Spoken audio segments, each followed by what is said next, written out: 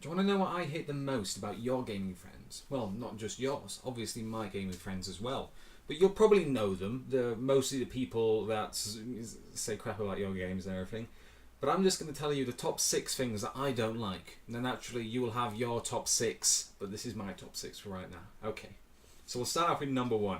There'll always be that friend that asks you, what is your favourite game? In my case, that was Super Mario Sunshine. He asked me, what was your favourite game? I went, Super Mario Sunshine. Clear as rain. I love it. And he said, well, the gaming mechanics in that game are pretty shite. You do know that, right? And I'm just like, what? You asked me if I like a game, I say yes, and then you talk crap about the game because what reason? Did you just want to get in an argument, or was that just your only thing that you wanted to do today?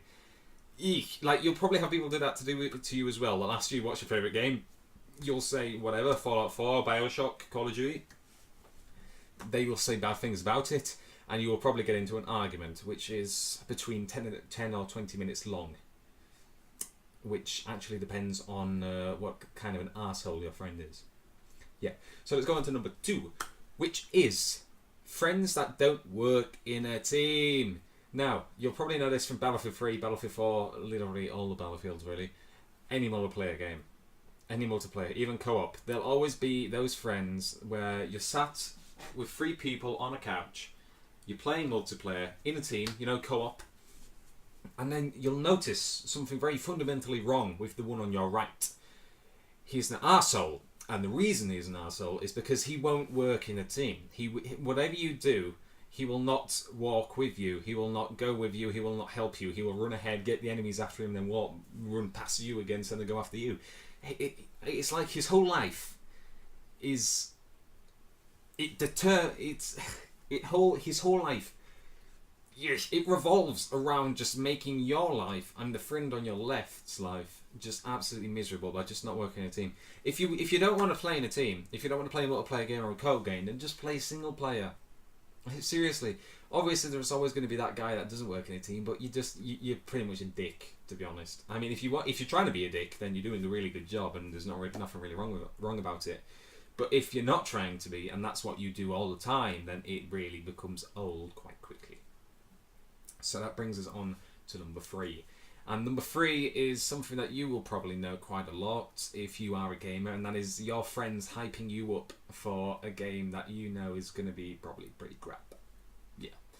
And when it comes out, they will be like, oh, I knew that was going to be crap, and then you'll be like, well, you said that it was going to be really good, and I bought it and wasted money because of you, and then he'll be like, shut up, mate, I said it was bad, and then you get into another argument, which also arguments all the time. That's all that gaming's about in my mind. Yes. But so let's just go on to number 4 before I keep on number 3 for too long. So yes, number 4, which then brings us on to friends which make you play a multiplayer game even though you don't like it, and they will leave once you actually get to like the game. For me, that was Battlefield 3. My friends said, yeah, buy this game, come play with us, multiplayer is really good. I did that, and I played with them. It was 2 games, I'd say about half an hour for each game, so 1 hour of gameplay for, what was it, 40 or 50 euros at the time. And then Battlefield 4 came out, and yeah, they moved on, and we never played it again. And they never spoke of it again. So those are pretty much the people that are like, oh, come and play this with us. We've been playing this for the past year. We'll never stop playing it. And then as soon as the next one comes out, they'll say, oh, I'm buggering off and gonna go play the new Black Ops. Yeah, don't like them at all. So let's go on to number 5. Now, I find this one quite annoying for World of Warcraft players. I used to play World of Warcraft. I stopped mostly because of guys like this. So keep your ears open because you probably hate them as well. Now, you always know that when you're walking around at a party and you have TeamSpeak on as well, with your headphones and everything, there will always be this one guy when you're walking around. For me, it was Silvermoon City, but it could be any place from ruins, anywhere in the World of Warcraft map, and he'll start telling you about the lore.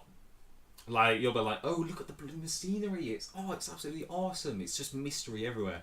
And then he'll tell you the entire history of that area, and in your mind, while he's saying this, there is a little voice saying, get a gun and kill him. And that's what you should do, because that ruins it for a lot of people. I have a lot of friends that actually stopped playing it because of that. I mean, they didn't stop playing, they didn't stop playing in groups and stuff. They just started playing alone and didn't really want to be bothered. They just walked around, and then when they got a message, they'd just say I was busy, and you would always see them just walking around on the map and doing stuff for hours on end, which is really, really shite. But that's something to think about, World of Warcraft players and other players with similar gameplay. So that brings us on to number 6. And I'm going to give you a little moment to think about number 6, because I think you'll be able to already know it. Now I'm going to give you 5 seconds. Almost over, and it's over. It is the friend. It's the friend that when you're together in a group, he will always be the group leader in a game. For example, it was what's that new game? Mario Party, I think it is. I've only played it a couple of times, but in games where there is a group leader or a squad leader in Battlefield, he will always be it without being determined. Like, there's 4 of you on the couch. 3 of you will go, who should be squad leader? Should we, I think that guy's good.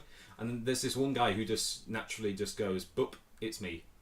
And yeah, for what reason you never have a kill in Battlefield? You have 1 kill to 50 deaths. You're not good at tactics. You're not good at being a squad leader. So why do you want to be squad leader? And he'll just like, I'm good as a squad leader. I'm better. And your mind will melt, and you will punch his nose off. And I hate that the most about people that actually come over to play. I mean, a lot of these were friends over the internet. Now, I'm not talking about friends that you've known all your life, although there probably will be some in there. There'll probably be quite a lot of those in there. But yes, those were the 6 things, or 6 types of people that I don't like in gaming. 6 types of friends. And I hope you have a really nice day today, guys. I always say to-gay, yeah. To be gay. Mm-hmm. Yeah, I hope you have a really nice day today. I hope you have a really nice day today, guys. And stay safe out there. And as always, ta-ta.